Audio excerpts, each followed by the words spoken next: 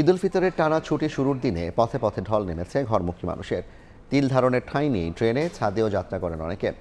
বাস লঞ্চেও বেড়েছে ভিড়, তবে অনেকে বাড়তি ভাড়া নেওয়ার অভিযোগ করেছেন।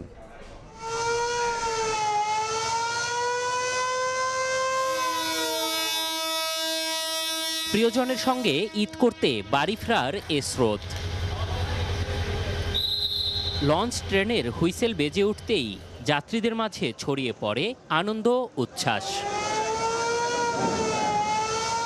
ঈদের টানা ছুটির শুরুর দিন মঙ্গলবার বিকেলে রাজধানীর সদরঘাট লঞ্চ টার্মিনালে ঢল নামে দক্ষিণবঙ্গগামী যাত্রীদের।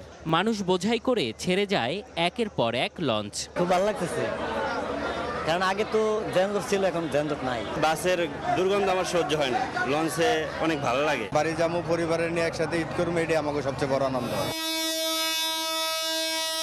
ছুটির দিনে কয়েক গুণ চাপ বাড়ে রেল স্টেশনে। মঙ্গলবার সকাল থেকেই উত্তরবঙ্গগামী প্রতিটি ট্রেনে ছিল উপচে পড়া ভিড়। ট্রেনের ভেতরে জায়গা না পেয়ে নিষেধাজ্ঞা অমান্য করে ঝুঁকি নিয়ে ছাদে উঠে পড়ে বহু মানুষ। ফলের নির্যাস ও দুধের সমন্বয়ে পোলার টর্নেডো গ্রিন অ্যাপল আইসক্রিম। মন ভালো থাক। আর ছাদে তো দেখতেই পাচ্ছেন আপনারা, এতটা ভিড় যে ভেতরে ঢোকাই যাচ্ছে না, সিটে বসতে পারতেছে না, মানে আসতেই পারতেছে না। সড়ক পথেও বেড়েছে যাত্রী চাপ। রাজধানীর বিভিন্ন বাস টার্মিনালে দেখা গেছে ভিড়।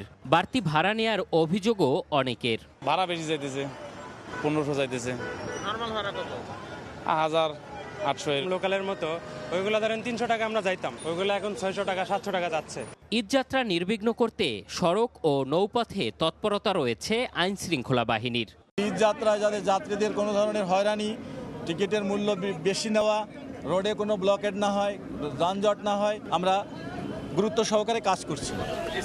জ্বালানি সরবরাহ স্বাভাবিক রাখতে সব ধরনের ব্যবস্থা নেওয়ার কথা জানান পরিবহন মন্ত্রী।